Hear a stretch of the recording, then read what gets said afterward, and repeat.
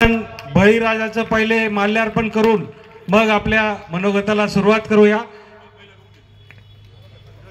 आणि दादा आणि भाऊ, आपला सन्मान सर्व शेतकरी करू इच्छित होते, परंतु वेळेअभावी भाऊ सत्कार स्वीकारत नाही। त्यामुळे भाऊंचं सुद्धा जोरदार टाळ्या वाजवून स्वागत करूया आणि भाऊंना विनंती करतो की आपलं मनोगत व्यक्त करायचं आहे। भारत मातेला विनम्र अभिवादन करतो। छत्रपती शिवराय, पूज्य बाबासाहेब आंबेडकर, महात्मा ज्योतिबा फुले, वीरांगना अहिल्यादेवी होळकर यांना नतमस्तक होतो। खरं तर मोठ्या संख्येने आपण इथे उपस्थित झालात, तुमचं खास करून आभार मानतो। मंचकावरचे आमचे सगळ्या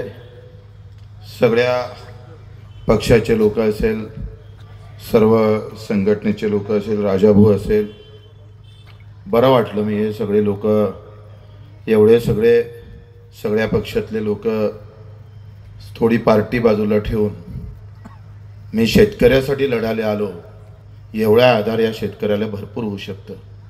सरकार काय मदत देऊ शकेल देतं ते अंतरची गोष्ट आहे, पण तुम्ही एकत्र जरी झाले तर 2-3 आत्महत्या थांबल माझ्या शेतकऱ्याचा, एवढा आशीर्वाद तुम्हाला भेटलेला आहे। सध्या तर मुख्यमंत्री सगळं बनवाबनवी करत आहे। काल परवा एका पत्रकारानं प्रश्न विचारला होता, ते काहीतरी पंढरपूरच्या त्या मराठवाड्याच्या दौऱ्यावर होते, कशी बगल द्यावी, कशा प्रकारचं बनवाबनवी करायचं, मुख्यमंत्री कशात हुशार आहे तेव्हा मला जास्त समजलं।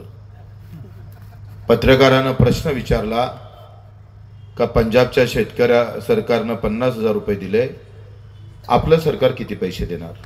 अतिशय साधा प्रश्न होता आणि थेट प्रश्न होता पत्रकाराचा। मी त्या पत्रकाराचा चेहरा पाहत होते, तो दिसत नव्हता पण तो बोलत होता मागून का पंजाबच्या शेतकऱ्यांना जर 50,000 दिले असेल तर तुमचं सरकार किती देणार? आमच्या मुख्यमंत्र्यांना काय उत्तर दिलं माहीत आहे? नाही, आताच मी त्या 8 कलेक्टरची बैठक घेतली। नाही लक्षात आलं तुमच्या? म्हणजे एखादं चौथ्या वर्गातलं पोट्ट तरी उत्तर बरोबर देते, आणि हे आमचे LLB झालेला माणूस प्रश्न विचारला, पंजाब एवढी मदत देणार काय? हे म्हणतं 8 कलेक्टरची बैठक घेतली। म्हटलं एखादा पत्रकार दुसरा अधिक बोलणार, अहो आम्ही प्रश्न काय विचारतोय तुम्ही सांगता काय? किती चतुराई आहे लक्षात घ्या। ही चतुराई राजकारणासाठी वापरली असती तर कदाचित आम्हाला बरं वाटलं असतं देवेंद्रजी, पण तुम्ही हे चतुराई ज्या शेतकऱ्यासाठी वापरली ना, तो शेतकरी तुम्हाला खड्ड्यात घातल्याशिवाय राहणार नाही। सांग, अरे कोणासोबत जो पाण्यात बुडताय त्याच्यासोबत चतुराई करताय? अशा प्रकारचं वागत असणार? अरे आम्ही पाहतोय इथे पाऊस, त्या शेतामध्ये फक्त पाणी दिसतं रे, पाण्याशिवाय दुसरं काहीच दिसत नाही। संभाजीनगरचा एक शेतकरी तिथे पाहायला गेला, पाण्यात त्या शेतात पाहायला गेला, आणि पाहता पाहता इतका तो पाण्यामुळे एवढं ते बेहोश झालंय, सरळ दुकानावर गेलं आणि पॉइझन घेऊन मेलं। दुसऱ्या दिवशी बाप अटॅकने येऊन मेला। तो धीर का सोडताय याचं लक्षात घाला। आमच्या अजित दादा म्हणते पैशाचं सोंग येत नाही। टीव्हीवरच्या बातम्या, सत्ताधाऱ्याचा एक शब्द सांगा मला का तो धीर देणारा राहिला काय? तर पैशाचं सोंग येत नाही दादा। अजितदादा सारखा माणूस पैशाचं सोंग येत नाही, आणि तुम्ही किती सोंग केले महाराष्ट्रात? अरे सूर्योदय व्हायच्या अगोदर तुम्ही शपथविधीला तयार होते, कोणतं सोंग घेऊन होते? आणि आता सोंग जमत नाही तर मग राहता का पदावर? आम्ही सांगतोय एका 15 दिवसात सत्ता सोडा, कर्जमाफी देऊ आणि 50,000 एकरी मदतही देऊ, एवढी ताकद आहे। एवढं बजेट मोठं आहे आमच्या सरकारचं। 7.5 लाख कोटीच्या बजेटमध्ये तुम्ही आम्हाला दिले किती? 9,000 कोटी रुपये। तेलंगणाचे आम्ही पाहतोय 3,500 कोटीचं बजेट आहे, तिथं 3.5 लाख कोटीचं बजेट आहे, त्यांनी 45,000 कोटी रुपये दिले। केरळवाल्यानं 3.5 लाख कोटीच्या बजेटमध्ये, 2.5 कोटीच्या बजेटमध्ये तिथं 55,000 कोटी रुपये शेतकऱ्यासाठी ठेवले, आणि आमच्या सरकारनं फक्त 9,000 कोटी रुपये ठेवले। एवढं कमी? इकडे बजेट आमचं जास्त आणि तरतूद मात्र कमी। त्या पंजाबच्या शेतकऱ्याचं सरकारचं बजेट 2.5 लाख कोटीचं आहे, आणि त्यांनी 50,000 रुपये दिले. NDRF शिवाय दुसरी कुठलीही मदत राज्य सरकार देणार नाही. 2019 मध्ये 6,500 रुपये दिले होते कोरडवाहू शेतकऱ्याला, 6,800 रुपये. आताही तेवढीच देताय तुम्ही. काय लॉजिक काय ते सांगा ना तुम्ही. काय तर्क आहे तुम्ही एवढे कमी पैसे देताय? मग सांगितलं पाहिजे समजून का 2019 ची महागाई आताची महागाई सारखी आहे. तेव्हा बियाणं सारखं होतं, खत सारखं होतं, म्हणून आम्ही पैसे तेवढेच देतोय. अरे 2019 मध्ये जर तेवढेच पैसे देत असाल आणि आताही पूरग्रस्ताला तेवढेच पैसे देत असाल तर मग त्याच्यातून अर्थ काय समजायचा? आम्ही किती लबाड बोलायचं. उद्धव साहेबांना मुख्यमंत्री असताना यांनी ओला दुष्काळ जाहीर करा असं पत्र पाठवलं आणि आता म्हणते कायद्यात ओला दुष्काळाचा शब्द नाही. आपत्ती व्यवस्थापन कायदा 2005 असा म्हणतं. 48 केंद्रासाठी वापरतो आपण कलम आणि 46 कलम आम्ही राज्यासाठी वापरतोय. आणि राज्याला असं म्हटलं आहे का कुठलाही दुष्काळ पडत असेल तर त्याचं स्वातंत्र्य त्या राज्याला कलम 46 नुसार दिलेलं आहे. मग त्या आपत्तीग्रस्त म्हणा किंवा ओला दुष्काळ म्हणा, म्हणजे तुम्ही जेव्हा मागणी केली तेव्हा ओला दुष्काळाची मागणी केली आणि आता तुम्ही सांगता ओला दुष्काळ कायद्याच्या शब्दातच येत नाही कुठं, असं कधी जाहीरच झालं नाही. मग तेव्हा तुम्ही जे मागणी केली ते देवाभाऊ आणि आता मुख्यमंत्री आहे ते देवाभाऊ. कोणते देवाभाऊ खरे समजा? हे त्याचे भूत होय का पहिले त्याचे हे याचे त्याचे ते भूत होते? समजतच नाही यार. हा मुख्यमंत्री एवढं लबाड कसं काय बोलतो समजत नाही. किती लबाड बोलाव. 7/12 कोरा कोरा म्हणणारा मुख्यमंत्री दुष्काळ पडल्यावर दिवस म्हणतोय. आणि आम्ही इतके बेनसीब लोक आहे. मला वाटलं हे जेव्हा बोलत होते म्हणजे उमेश राव, मी त्याचं भाषण ऐकत होतोय का दुष्काळ पडल्यावर आम्ही उद्या जर दुष्काळ पडला तर मग कर्जमाफी आताही द्यायची नंतरही द्यायची. म्हटलं याचा शब्द खरा नाही झाला पाहिजे. म्हणजे महाराष्ट्रातला मुख्यमंत्री दुष्काळ पडायची वाट पाहतं कर्जमाफीसाठी. योगायोगानं दुष्काळ पडतंय. केवढा करंटेपणा आहे रे. म्हणजे आम्ही दुष्काळ पडू नये याची प्रार्थना करतोय आणि आमचं मुख्यमंत्री म्हणतोय दुष्काळ पडल्यावर कर्जमाफी. म्हणजे माणूस मेल्यावर त्याला कर्ज माफ होईल. एवढे लोक कसे काय येतं? हे कुठली प्रभू रामचंद्राचे भक्त आहे? ते म्हणतात ना मुंह में राम और बगल में सुरी. ही त्याच्यातली लोक आहे हो. कुठं शेतकऱ्याचं भलं झालं? कुठल्याही पक्षाचं असू द्या, काँग्रेस असू दे, राष्ट्र असू दे, कोणी असू दे. माझं एक म्हणणं आहे, ज्या पद्धतीनं आता उभे राहिले तेव्हा शेतकऱ्यासाठी सत्ता कोणाची असू दे, पक्ष बाजूला, शेतकरी आमच्या होटातही असला पाहिजे आणि हृदयात सुद्धा असला पाहिजे. तर आणि तरच भलं होऊ शकतं. आज आम्हाला पाहतोय चौफेर घेरल्या जातंय. पैसे नाही असं म्हणताय तर मग शक्तीपीठ आलं कुठून? गृहनिर्माण खात्याला, गृहनिर्माणच्या मुंबईच्या निवड योजनेला महानगरपालिकेची निवडणूक आहे. उद्धव साहेबाला तिथं हरवायचं आहे म्हणून 75,000 कोटीची तरतूद केली. कांदा बिहारमध्ये स्वस्त गेला पाहिजे म्हणून इथं ट्रेनची व्यवस्था. महाराष्ट्रातून ट्रेन, गणेश निंबाळकरला माहित, त्यानं सांगितलंय का इथून ट्रेननं म्हणजे ट्रकनं नेला तर महागात भेटन बिहारमध्ये. तिथं कांद्यासाठी बोंबा होऊ नये म्हणून इथून ट्रेननं कांदा चाललाय. किती चालाकी आहे ही. इथं कांद्याला भाव नाही पण बिहारला कांदा स्वस्त भेटला पाहिजे. मतं व्यवस्थित आमच्याच पार्ट्यात पडले पाहिजे. फक्त मतासाठीच करता का रे तुम्ही सगळे? हे कसे नालायक आहे. म्हणजे लग्न करायचं पण फक्त हुंड्यासाठी, बाकी बायको कामाची नाही. अशी हे भाजपची औलाद आहे साली. म्हणजे प्रत्येक गोष्टीत राजकारण करणार तुम्ही. जे मोदीजी त्या यवतमाळच्या पहिल्या सभेमध्ये चहा पे चर्चावर मोदीजी जे बोलत होते ते काय बोलत होते माहिती आहे का? जेव्हा पंतप्रधान व्हायच्या अगोदर त्यांनी आम्हाला कापूस उत्पादक शेतकऱ्याला शपथ दिली होती. तिथल्या एका सरपंचानं प्रश्न विचारला होता का आमच्या कापसाला भाव भेटत नाही मोदीजी. यवतमाळ सगळ्यात जास्त कापूस आणि सगळ्यात क्वालिटीचा कापूस यवतमाळचा शेतकरी पिकवतो. काय म्हटलं होतं मोदीनं? मोदीजीनं असं म्हटलं होतं का कापसाचा धागा, धागाचा कापड आणि कापडाचं गारमेंट आम्ही विदेशात पाठवू. माझ्या शेतकऱ्याला जहां कपास पैदा होता है वही हम कारखाना खडे कर देंगे. काय झालं हो? म्हणजे आमचा कापड विदेशात तर पाठवलाच नाही, ट्रम्पच्या एका कॉलवर विदेशातला 25 लाख गाठी तुमच्या छाताळ्यावरून बसलेला आहे. 11% आयात कर कमी करून. किती लबाड बोलायचंय? तुम्ही तेल आयात करताय, तुम्ही डाळ आयात करताय, तुम्ही कापूस आयात करताय आणि विदेशीचा स्वदेशीचा नारा करताय. किती भुरळ पाडतं लक्षात घ्या.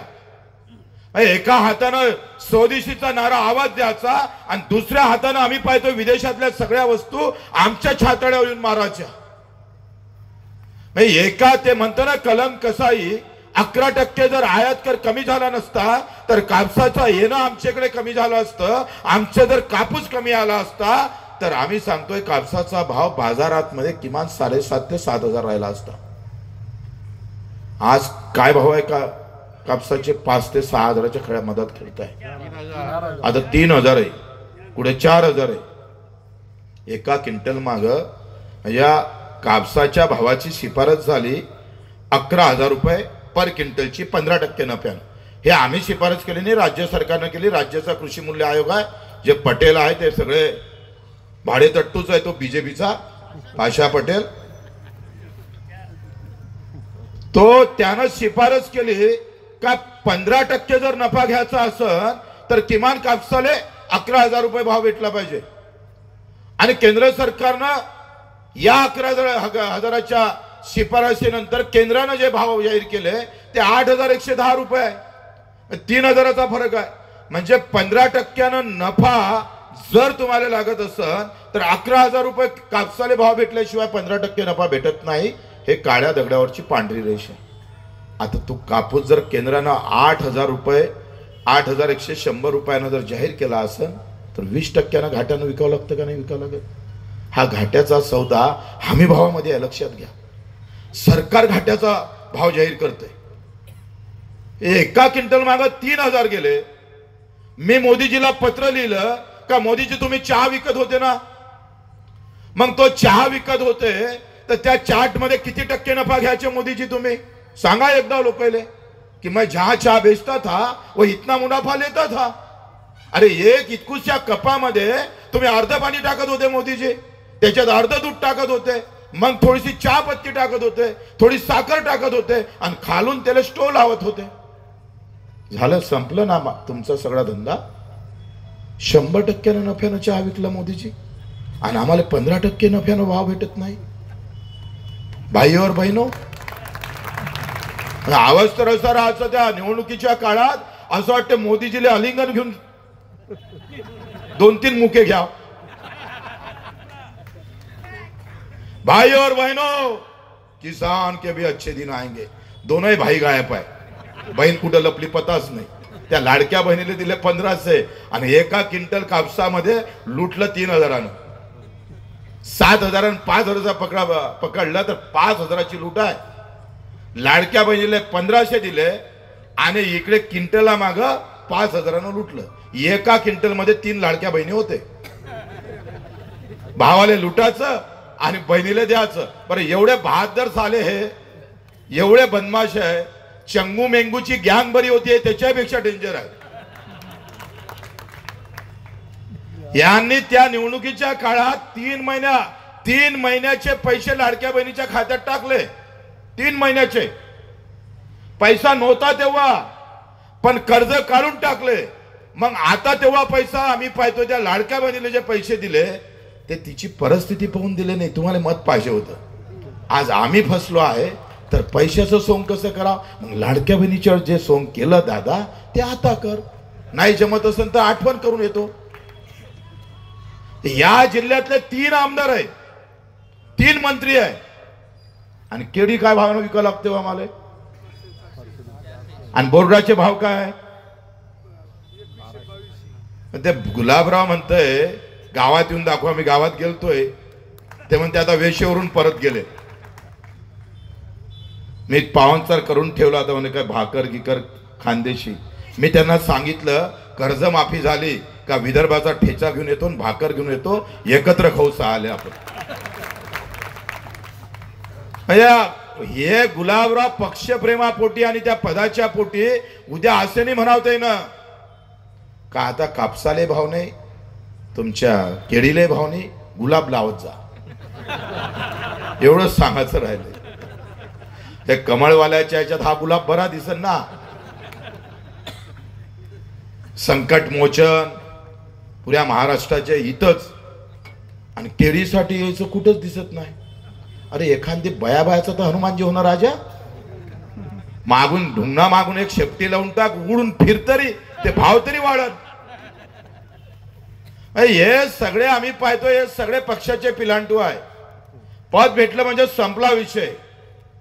हा जो विषय हा आरोपाचा विषय नाही आहे, पण लाज वाटायला पाहिजे तुम्हाला का आज केळी उत्पादक शेतकरी मरत असताना कापूस उत्पादक शेतकरी सुद्धा त्याच लाईनीवर उभा आहे. मक्याचं तेच आहे, 3000 रुपये भावाची शिफारस केली, 2400 रुपये भावाचा तुम्ही जाहीर करताय. शिफारस होतं 3000ची, सरकार जाहीर करतं 2400 रुपये. सगळ्या ऐकून आम्हाला मारल्या जातं. पैसे नाही असं म्हणत असाल तर ते कुठं पूर्ण खरं नाही. पण ह्याला दोषी सुद्धा आम्हीच आहोत. मी सरकारले दोषी नाही मानत. किती कामाला लुटलं पाहिजे हो, त्याची काही हद पाहिजे, हद आहे का नाही आहे. रोज 15 ते 20 आत्महत्या होतं भाऊ. तुमच्या जळगाव जिल्ह्यातही 200-250. आता मी दादाला विचारलं तर 200-250 आत्महत्या जळगाव जिल्ह्याच्या आहे. 200 लोक दंगलीत कधी मेले असेल का हो?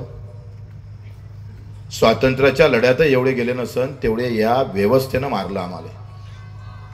पण मला तुम्हाला प्रश्न करायचे आहे, तुम्हाला चीड काऊन येत? काय चीड येत नाही तुम्हाला? राग नावाची गोष्ट विसरले का तुम्ही? संताप नाही, राग नाही, चीड नाही, कुठल्या प्रकारचा निषेध नाही. पक्षाच्या झेंड्याखाली सगळं पचून घ्यायचं, पक्षाची गुलामी स्वीकारायची. आम्ही सगळेजण इथंच अटकलोय. काही लोक जातीत अटकले, काही लोक धर्मात अटकले, काही पक्षात अटकले. एका जिल्हा परिषदच्या तिकीटसाठी हे जर लोक आम्हाला गुलाम करत असत तर लाथ मारा त्या कार्यकर्त्याला. शेतकरी म्हणून जगा हे सांगायला आलो मी तुम्हाला. आम्ही शेतकरी म्हणून जगता आलं पाहिजे. ऑफर तर आम्हाला आहे, आम्हाला जाता नाही येत. पण टीव्हीवरचा धिंगाणा जर पाहिला तर जाती धर्माशिवाय दिसते कुठं? काल रामदास कदमन परब भांडले, काय फायदा होऊन महाराष्ट्राला मला माहित नाही. आणि त्याच्या अगोदर पळळकरण जयंत दाखवले. सकाळी ओबीसी, दुपारी मराठा, नंतर दलित, नंतर मुस्लिम. आय लव्ह मोहम्मद, संपला विषय. मीडिया सुद्धा तुमच्या बाजूने आहे का पहा. तुम्ही सकाळचे पेपर वाचा, तुम्ही आम्ही पाहतो त्या मीडियातल्या बातम्या पहा, किती टक्के आमच्या बाजूने छापल्या जाते. एकूण सर्वेक्षण जर केलं तर 10% सुद्धा शेतकऱ्याच्या व्यथा मीडियामध्ये येत नाही. मी तुम्हाला नाही म्हणत, तुम्ही सामान्य पत्रकार हे आमच्या शेतकऱ्याचेच मुलं आहे. पण मीडिया अर्ध्या अधिक अदानी अंबानीच्या हातात गेला का नाही गेला सांगा बरं. सगळ्या व्यवस्था तुमच्या तोडून टाकल्या आहे भाऊ. मी त्या परबमध्ये आम्ही परभणीला गेलो. सचिन जाधव नावाचा एका शेतकऱ्यानं आत्महत्या केली. मी मुद्दामून सांगतो, नेहमी सांगतो.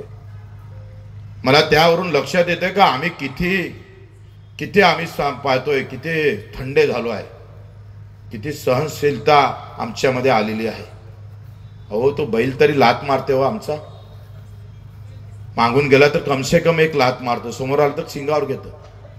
पण तुम्ही लातही मारायला तयार नाही, साधं बोलायला तयार नाही आहे तुम्ही. मग ही अवस्था आम्हाला चांगलं करू शकते का? कोणी लढते तर त्याच्या बाजूने उभे राहायला तयार नाही. बरं झालं उमेश पाटील सारखा माणूस आणि सगळ्या पक्षातले लोक, काँग्रेस, राष्ट्रवादी, सगळे कोणी जे काही असत, आज तर आले ना तुम्ही व्यासपीठावर. हे चित्र पाहते आमच्या शेतकरी, वाट पाहत आहे कुठल्याही पक्षाचा असू दे. अरे मला बाप शेतकरी आहे रे.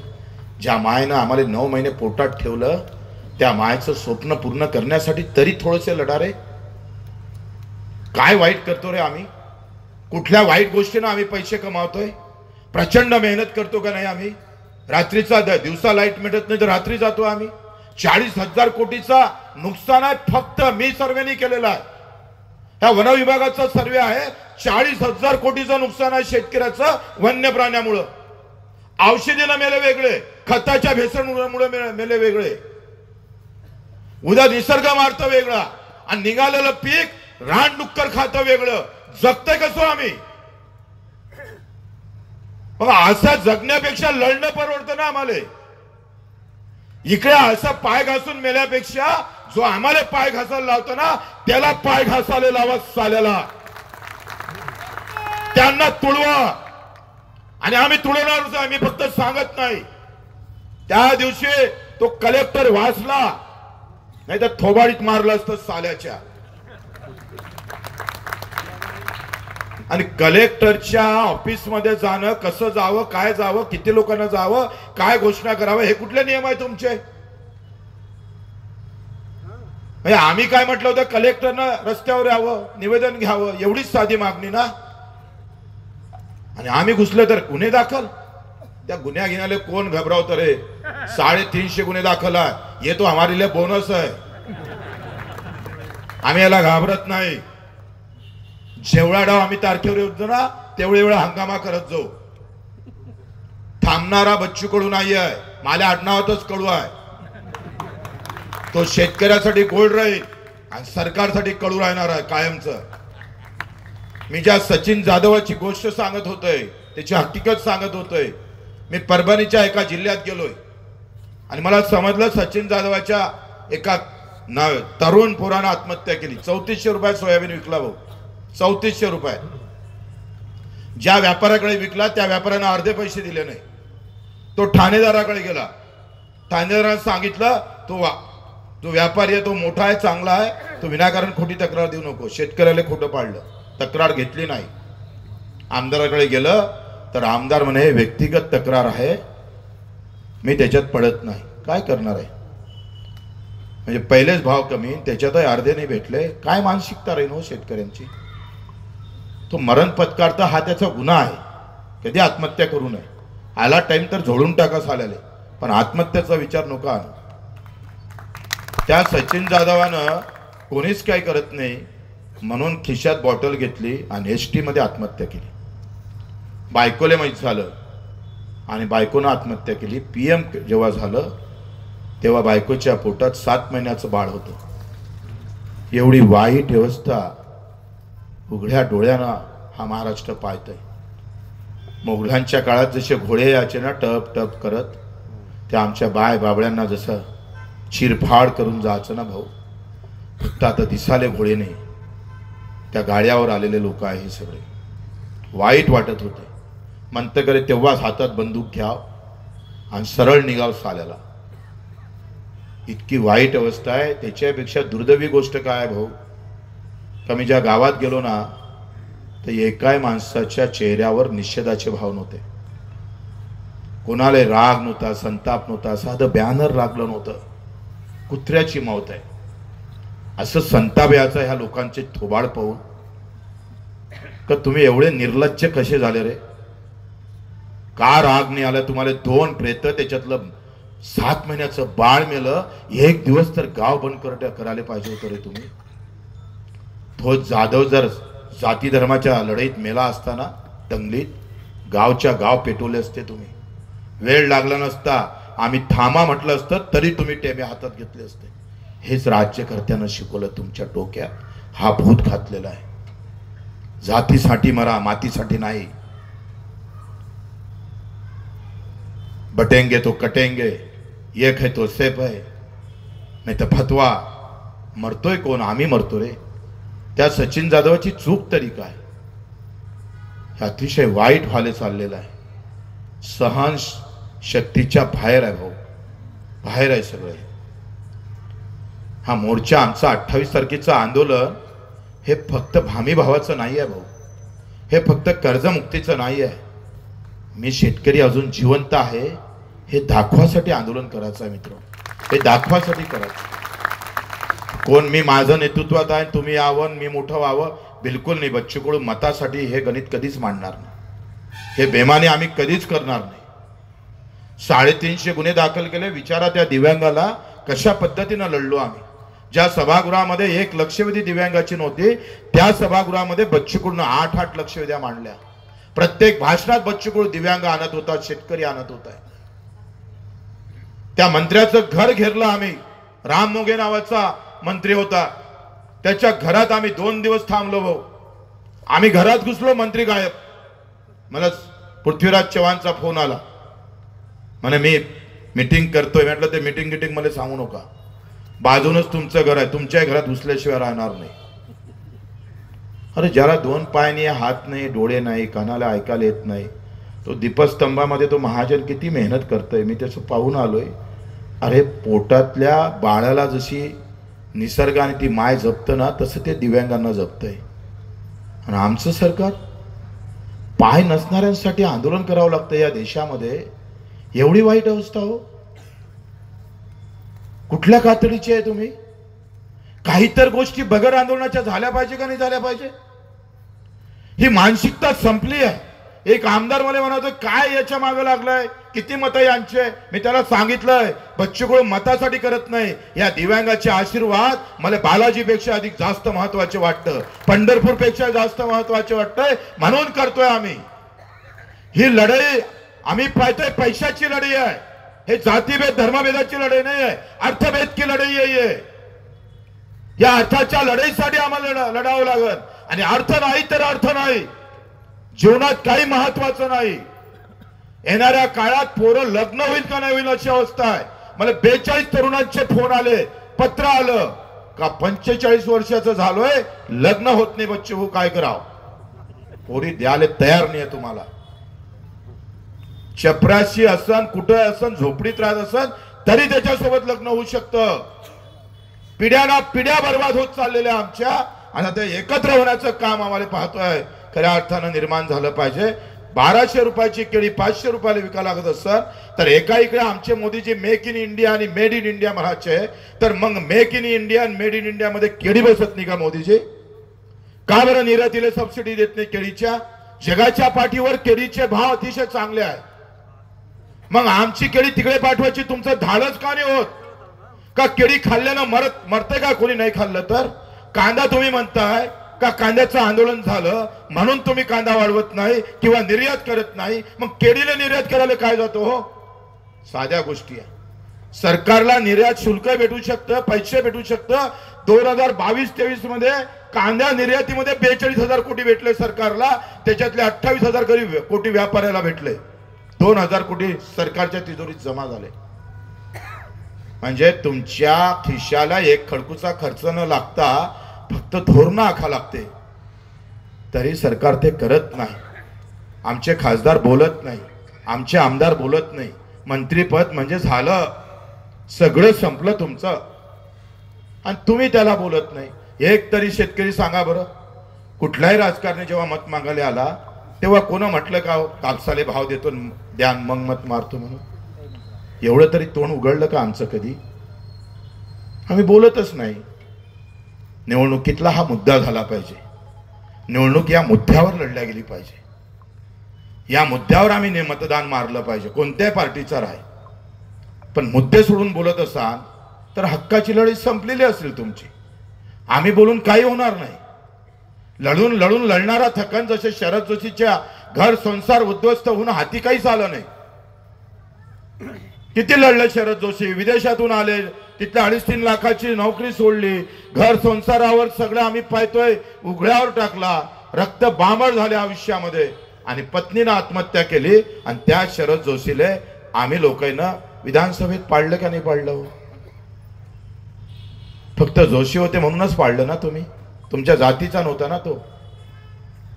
आम्हाला जात प्रिय झाले भाऊ, धर्म प्रिय झाला, असू दे, ते पार्टीच्या प्रिय असू दे, पण ह्या पार्टीतले झेंडे आणि धर्माच्या रंगाचे झेंडे, निळा असू दे, भगवा असू दे, का हिरवा असू दे, का पिवळा असू दे, का अधिक कुठला असू दे, कुठल्याही निशाणीचे झेंडे असू दे, तो झेंडा जो निघतो ना भाऊ, त्या झेंड्याचा जो कापड बनतो ना, तो कापड, त्या कापडाला लागणारा कापूस जो आहे ना, तो मला बाप शेतकरी पिकवतो, एवढं लक्षात असू दे.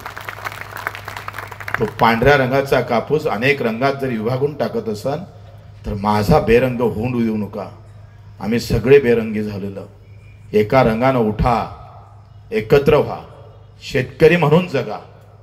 ज्या दिवशी शेतकरी म्हणून जगा त्या दिवशी बच्चू कडूची गरज राहणार नाही. मी नेहमी पत्रकार मला विचारतंय तुमच्या आंदोलनानं भाषणानं सरकार तालावर येईन काय? म्हटलं बिलकुल येणार नाही. मैं अकेले की ताकद इतनी नहीं है.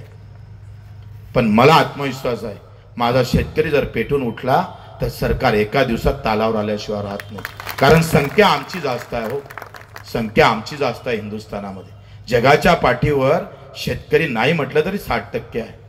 ज्याची संख्या जास्त आहे त्यालाच लुटल्या जात आहे. म्हणजे जंगलातल्या हरणावर जसा वार करताना वाघ, तसं सत्तेवाले वार करतंय आमच्या शेतकऱ्यावर. हरण हत्तीवर वार करताना फार विचार करतंय. वाघ हत्तीवर वार करत नाही सहसा. तो व्यापारी झाला जंगलातला. हरणाच्या व्यवस्थेत आम्ही येऊन बसलोय.